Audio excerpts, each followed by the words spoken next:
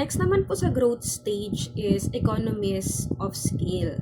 Production cost decreases as sales volume increases because businesses become more efficient when producing in large quantities. Expenses like materials, labor, and equipment are spread across more products, making each item cheaper to produce. This allows companies to maintain competitive prices while earning higher profit margins. Example, sa Amazon, may mga items po na pagka binili mo siya ng bulk, mas mura siya.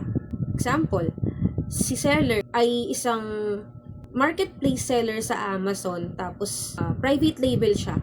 Tapos ang supplier niya is Alibaba. For example, bumili siya ng 1,000 pieces or 3,000 pieces ng products. So, since bulk yung order, mas mura niyang mabibili yung mga items. Ganun po siya.